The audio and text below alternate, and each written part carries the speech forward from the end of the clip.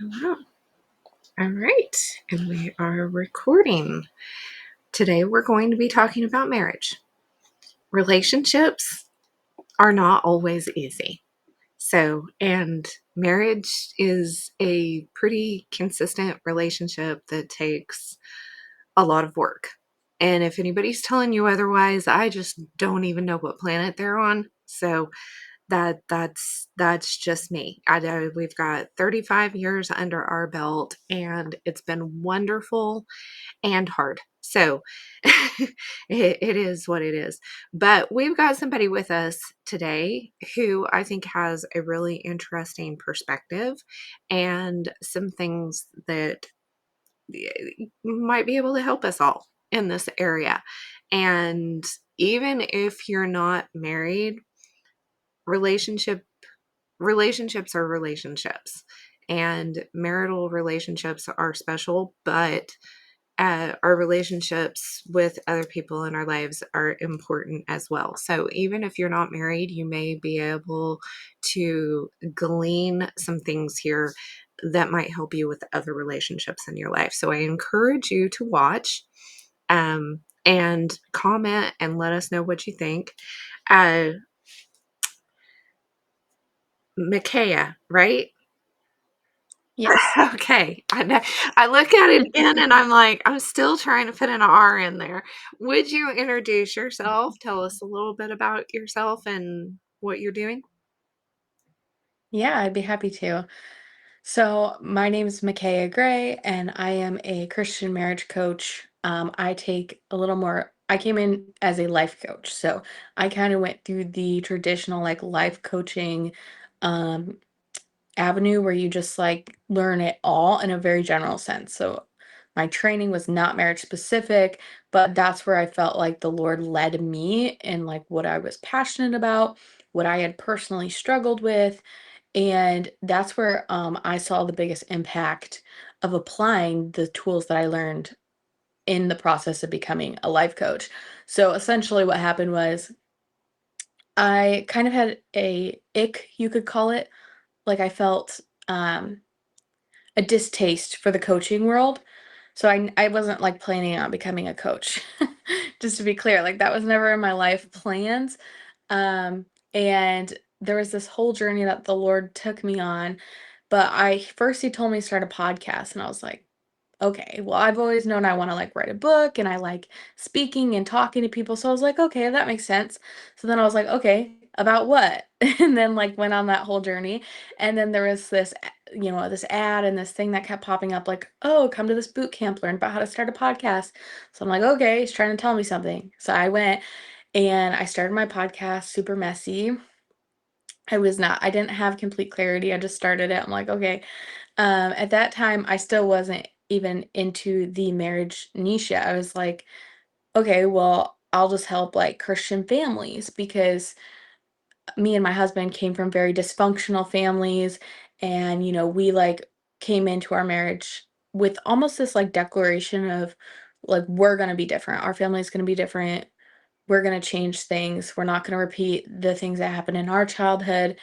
And so I was like, well, maybe I'll just talk about that on the podcast. And that went down even further into the niche of marriage. But right after I started it, I remember having this conversation with God, like, okay, where's this going? Because I've always had a little bit of an entrepreneurial, like, heart inside of me. I started my first business at 16. So that's always been like a pull that I felt, but I just didn't know if it would be, something that I was going to do through the podcast or not, or if that was separate.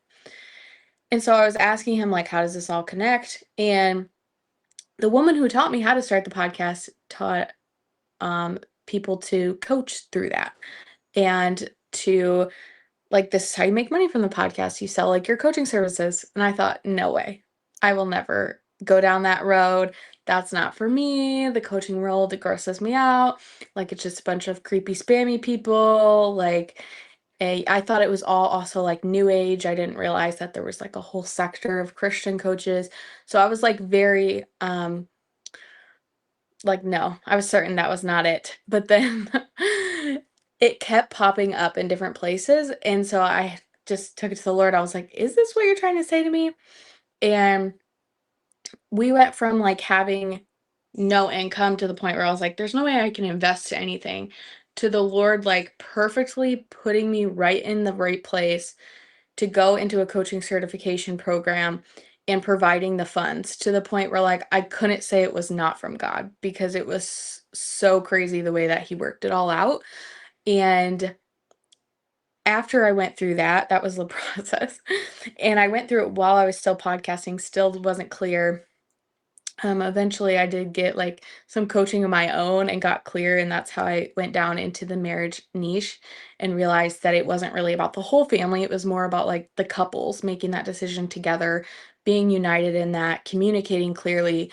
And then that will affect their parenting, that will affect their family unit and all of that. But that also, what I didn't expect was that I was gonna go through this life coaching certification, and the tools that I learned in that then completely transformed my marriage even further. And so, it was a funny process because I didn't know what I was gonna learn. I didn't really know what, like, life coaching tools were, but I just went in trusting the Lord, and then I went through it and had no idea that my niche was gonna be marriage, and I just accidentally, accidentally, I believe it was probably the Holy Spirit leading me, but it was like, it felt like happenstance in the moment that I found myself applying these things to my marriage, and then I was like, "Whoa, that's crazy, this actually works." And I realized I went from, like, being that wife who was kind of, like, nagging and thought that, my husband needed to do the changing. He needed to be the one to turn things around on his end, or he wasn't doing enough, or he was doing the wrong things, to realizing that there was a lot more going on my end of things that I needed to be accountable for. And a lot of the things that I was saying and the way that I was saying them were affecting him. And so as I started coaching myself through things, it really led to this deeper awareness of how we are so much more interconnected as humans than we realize, but especially in marriage. Like, you're so close to each other that you are affecting each other in so many ways, and we're each responsible for ourselves, but there's also that interconnectedness of like we impact each other in the way that we speak, in our body language, in our habits. We And do. so, We do so much. yeah.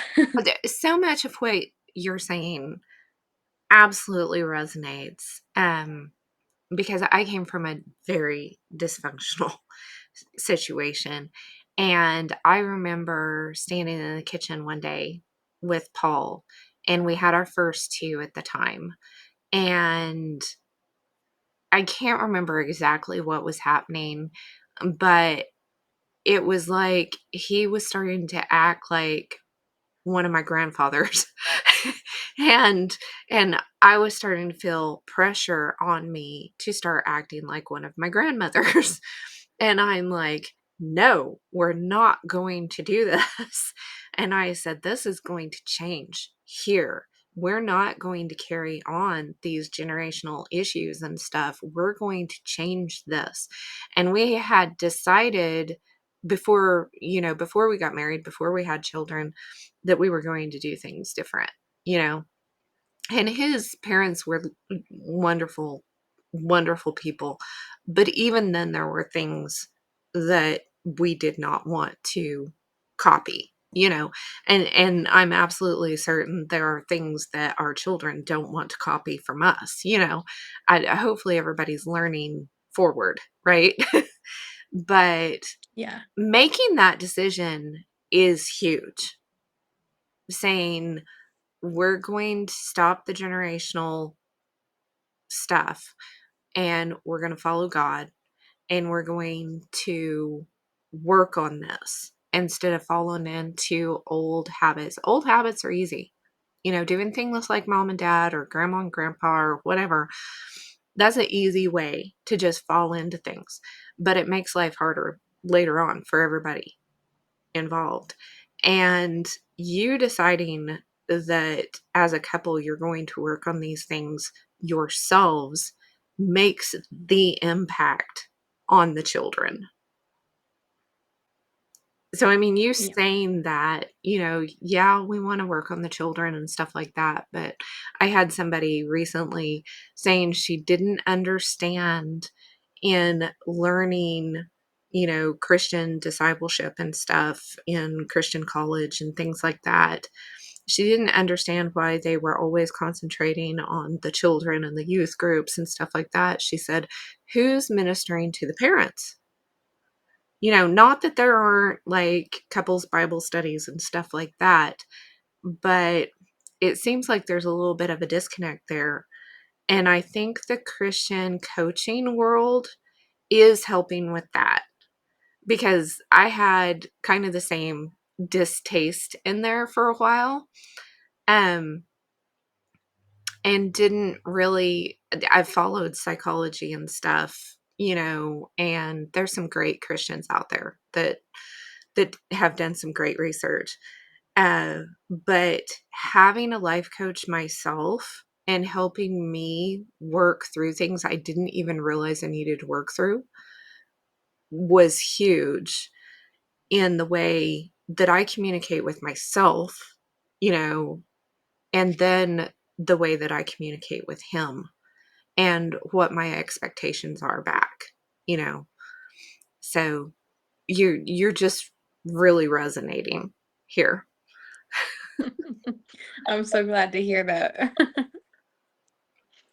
Yeah, it's a journey to like figuring out what you want to do when you're going into business, but I truly feel like the Lord has like called me down this avenue, and I do enjoy like there's a couple times where I've like worked with couples together, and I do enjoy that. But I also like enjoy working with just the wives.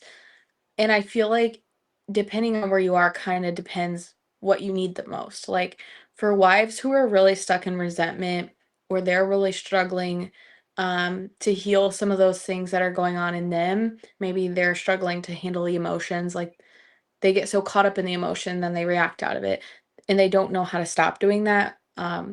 In those situations where there's a lot of emotion, there's a lot of things that are coming out, maybe less seasoned with love and grace than we would like to see, that's when I like to work with the wives because when you can get those emotions under control, not to say that like emotions are a bad thing and we need to, not feel them.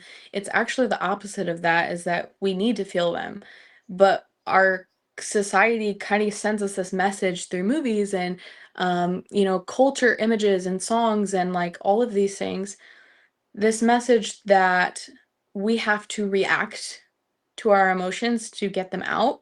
And that's not really true. You can feel an emotion perfectly still without, throwing a fist, raising a voice, clenching your hands, like grinding your teeth. Like all of those things are physical reactions, but they're not mandatory to feel that emotion and process it. And so that's where I like to start with the wives is like, okay, how do we process that emotion? We're also And then we taught, can communicate clearly. yeah, we're also taught to like manage the emotions instead of actually processing them, right? Because I think that's a key there that we Yes. miss is like anger management.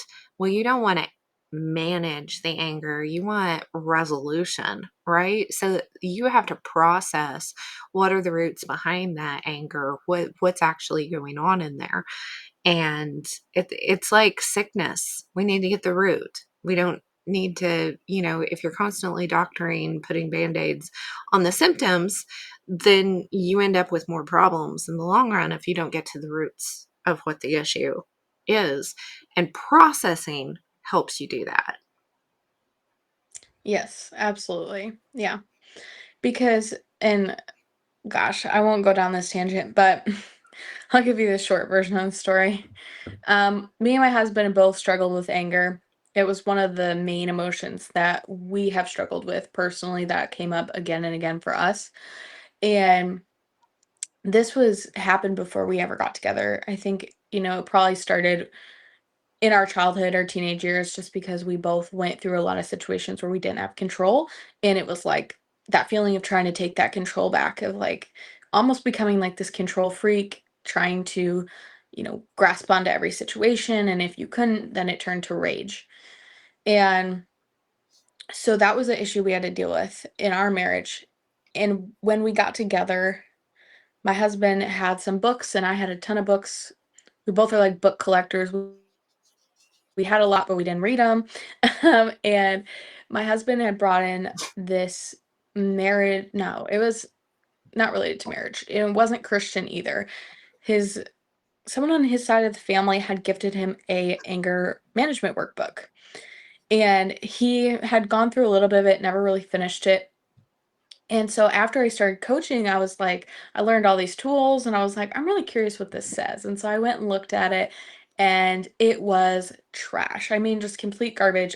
I was like, I'm just going to throw this away. Like, I don't even want this in here. It made me so angry because it was specifically for men. And the whole message of the book was pretty much like, you're a man. That's a bad thing. Your emotions are horrible. It's horrible that you're an angry man. This is a typical man problem. If you were a woman, you wouldn't have this problem. Like that's not Sounds like the exactly what they majority said, of but social media right now, right? You're a man, it's therefore horrible. toxic masculinity. That's what's wrong with you. You will never be fixed. Oh my goodness. Yeah, I was like, this is not a good message for men, and this is not a good message for women either. Like, it's not serving anyone. No, no, that doesn't. No. I know Paul's a redhead, or he was, and I come from a family of redheads. So, yes, anger was a thing. And my mother was a screamer, therefore I was a screamer. Um, I had learned that. And then he would just bottle things up like so many men do until all of a sudden the straw that broke the camel's back and he would explode. And notoriously he would break something and I would be screaming.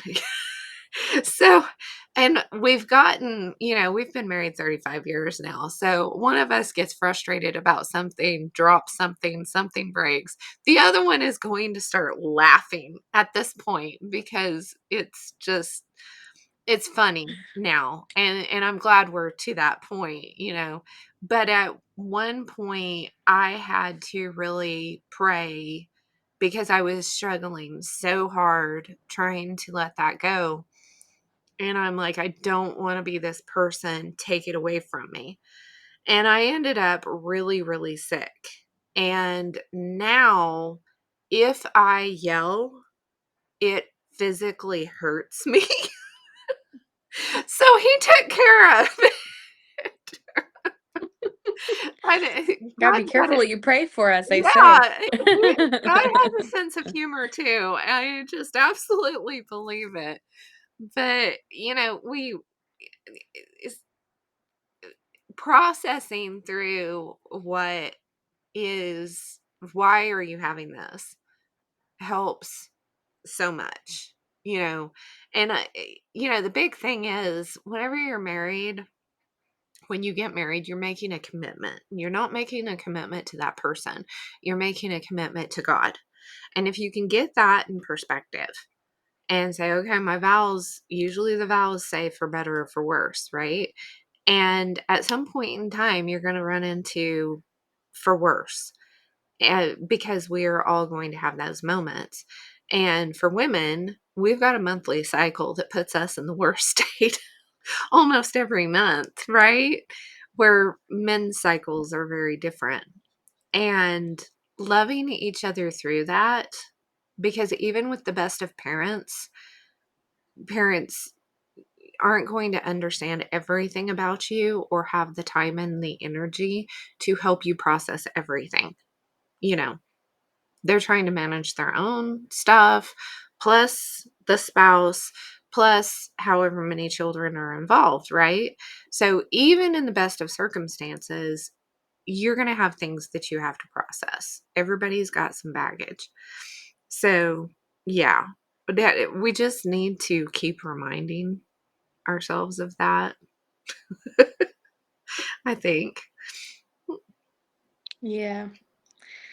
Yeah, I think that's true. Is like when you come into marriage, we all have different ideas of what marriage will look like. Um, a lot of that depends on what we grew up seeing. Like, I know a lot of people will say that they went into marriage expecting that their marriage would be like their parents' marriage, or the opposite, like they saw their parents' marriage go horribly and they're like, ours is going to be the complete opposite. And it's usually not one or the other. Like, in my experience, at least, you have your own problems, but then you also usually end up finding just out of habit, you're repeating some of the things you swore you'd never repeat. And I remember being in that state and almost like feeling disgusted with myself because it felt like I broke this promise to myself of like, I'm never going to do this. I'm not going to be this person. And so that was a big part of, my story and what I had to process through is that actually giving myself compassion for that and saying that it's okay that I struggled with these things. It's okay. It's normal. Like, we're never going to be perfect on this side of heaven.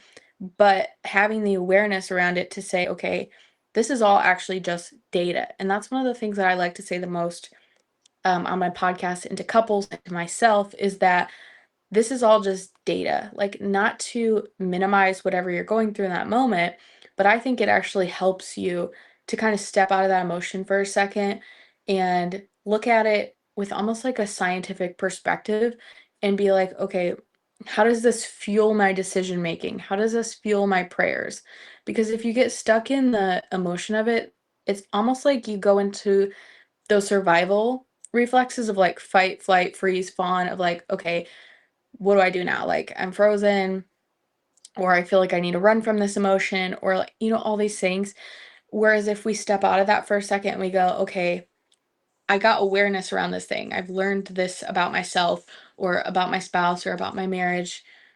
Now, how does that make me more equipped to pray stronger prayers, like go more to war in the spiritual realm to make informed decisions around my marriage communication? Like, is there systems I can put into place to make this easier for myself in the future? So when we look at it that way, it actually empowers us to make better decisions Well, and to you help can us moving also forward. process what was going on with your parents, you know, when you've got something that you don't want to do the same. But then after you're in the marriage situation, there were things that I looked back at my parents, grandparents, his parents, and I saw why they ended up doing whatever it was that they were doing. And sometimes it's like it wasn't what they were doing that was wrong.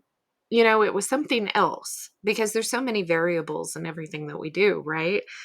Um and that sometimes we like that didn't work, right? But then on if you look back at it later and you look at the situation with a bigger picture, you say, okay, what I thought was wrong about that was not what was actually wrong about that. Or now I understand why they did this way, you know. And then you can bring that forward into your life and say, okay, so I wanted to do this different and I wanted to do this the same, whichever way it is. But now I realize that I need to shift gears, and it's okay to do that. It's like sometimes we don't give ourselves grace to be able to change our minds, Yep. and it's okay, you know. It's okay to change your mind because that's part of learning. And sometimes in one season of your life you need to say, nope, I'm not going to do this at all. And the next season of your life, it may be you may need that, you know. So yeah, that's part of the growth. I think people get stuck in the I am not ever going to do this and I am always going to do this, and we need to be more flexible with ourselves. Absolutely. The all or nothing thinking can be very dramatic and very hindering in so many ways. I mean, it's hindering when we're saying it to our spouse because then we're feeling like they feel like we're locking them into something like, oh, you always do this, you never do this. All that does is cause defensiveness. They're not able to think about the times they have done it because all they're thinking in their head is, well, I don't always do that. And they're thinking about the one Yeah. time they didn't, or, Well, and in and the so like that's spiritual not realm, healthy. you've got this like you're prophesying over somebody, because I really had to watch Yeah. that and change the way I was talking with the children. And instead of saying, "Oh, you're always doing this," or that was a big thing with me. You're always doing this, or you never do that. Um, and we need to be very careful about that and turn it around to something positive, you know? Yeah, Yeah. absolutely. Yeah, I like to say like we need to be speaking life over our marriage, but like you said, it applies with our kids too. Like in every area of our lives, we should aim to speak life into the people around us and the situations around us. And I think that's one of the things that I love about this work so much is that a lot of times when people come into my group or like into my world in some way, they're very discouraged. And it's almost like when you get into that rut where you're just having the same patterns in your marriage, you keep showing up the same way. Maybe you know why it's happening, maybe you don't, but either way, it just feels like I'm never going to get out of this. Sometimes all you need is to have another brother or sister in Christ like speak over you the fact that like you have the power that Jesus had inside of him when he walked the earth. Like the spirit that helped Jesus rise from the dead, he gave it to you to empower you, to strengthen you, to give you And the fruits of the spirit. that's what coaching's all about. Coaching is to help you get out of that stuck place. Whether you've got a coach, a fitness coach that is helping you get out of a stuck place in, wherever you're at with fitness, a nutritional coach, a marriage coach, a just basic life coach. That is what that is for. It's not therapy. It's just somebody to help you recognize your patterns and help you work through what you need to be doing differently to get out of that stuck place. And coaches, the ones that I've worked with, it's the questions that they ask that are huge. It's like, I never thought about asking that question. And notoriously, a question will just stop me in my tracks and like, oh my goodness, I've never thought about it from that perspective before.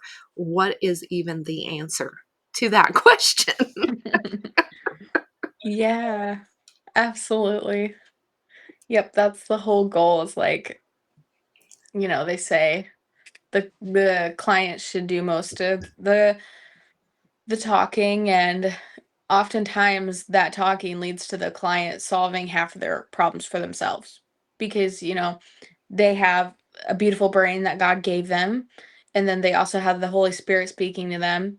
And so between the three of you, I mean, usually you get a lot done, but the beauty of it is that and this is why I love coaching more than I ever enjoyed therapy. Like I did therapy for many years and I just I know it's helpful for a lot of people, so I don't like hate therapy or anything, but it wasn't personally helpful for me. I felt like I was just saying the same things over and over again and I was like, okay, so like what's the answer? Like I just felt so lost in it. Whereas coaching gave me like a framework to move forward with. It like helped me actually move from point A to B and like get to where I wanted to go.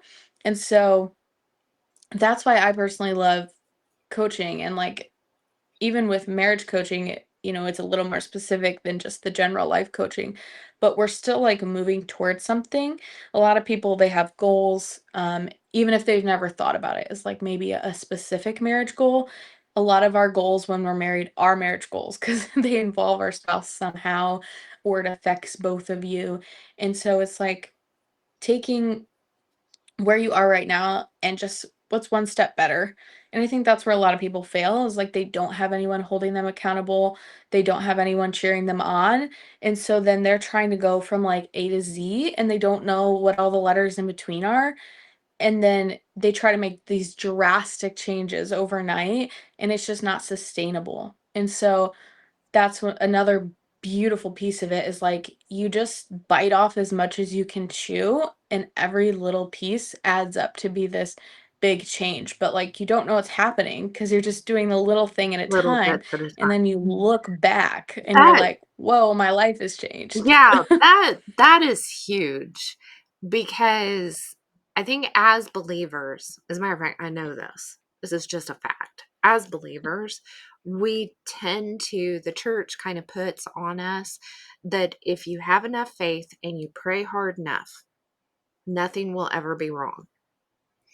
So if something isn't working in your life and you feel stuck, or you've hit a brick wall, or you're having an issue, we have this automatic guilt thing, and it's probably more from, the deceiver than anything, because one of his best tools against us is just, well, you're not praying enough, you're not having enough faith, you're not being Christian enough, right? And if you were, then your life would be running smoothly. And I think that's one of the biggest deceptions that we need to get over is, Jesus continually said you're going to have trials. He continually said that we needed fellowship. And fellowship isn't just going to church on Sunday and listening to a preacher. Fellowship is actually talking and working with people, you know. And so many of us don't do that. If you're working a 9 to 5 job and you've got activities in the evening and then your church on Sunday and whatever it is that you're doing, those are all just a bunch of activities that you're doing. They're not real connections you're making with people. And if you've got all of that busyness going on and all of those things happening, then that connection with your spouse is going to be one of the ones that is impacted the most. Yeah, that's true.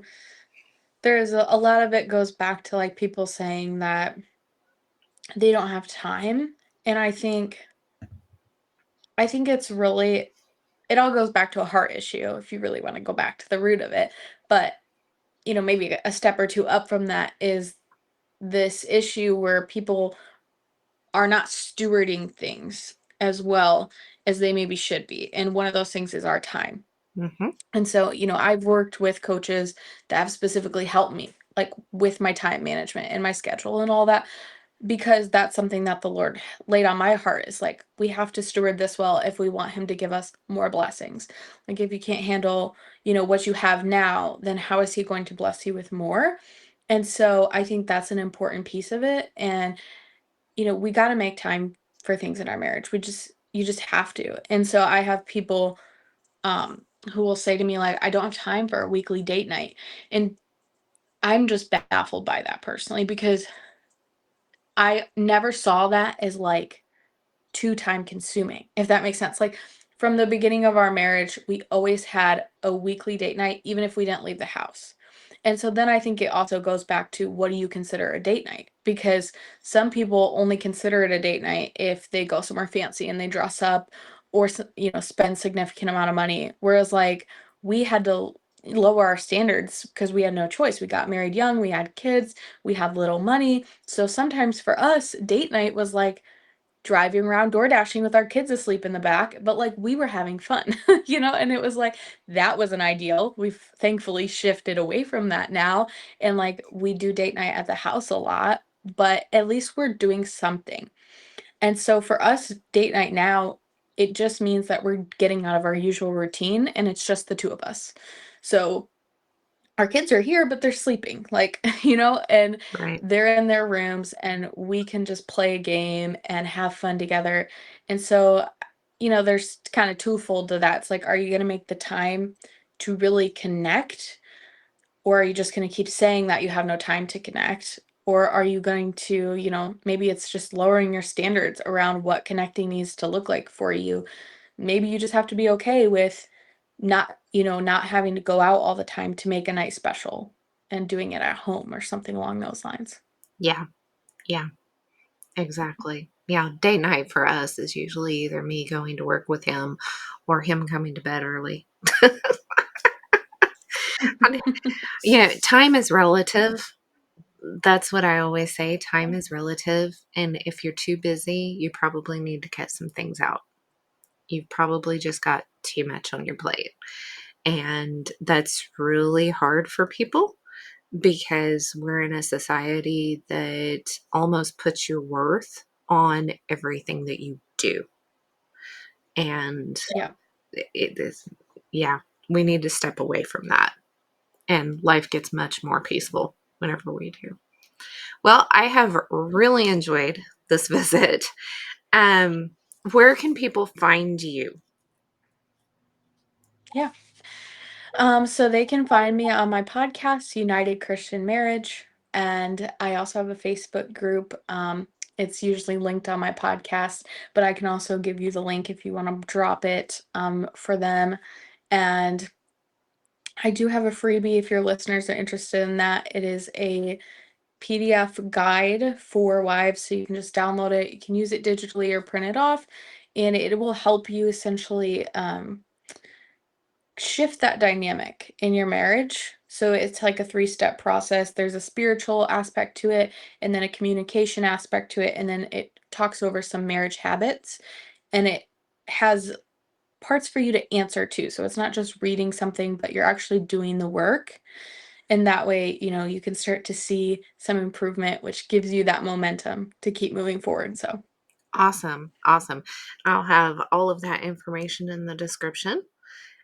So definitely check her out. Check out her podcast, get the freebie, and leave your comments and questions in the comments and let us know what you think and what questions you've got. And if we need to have her back again to talk about more. So thank you so much for joining. thank you for having me.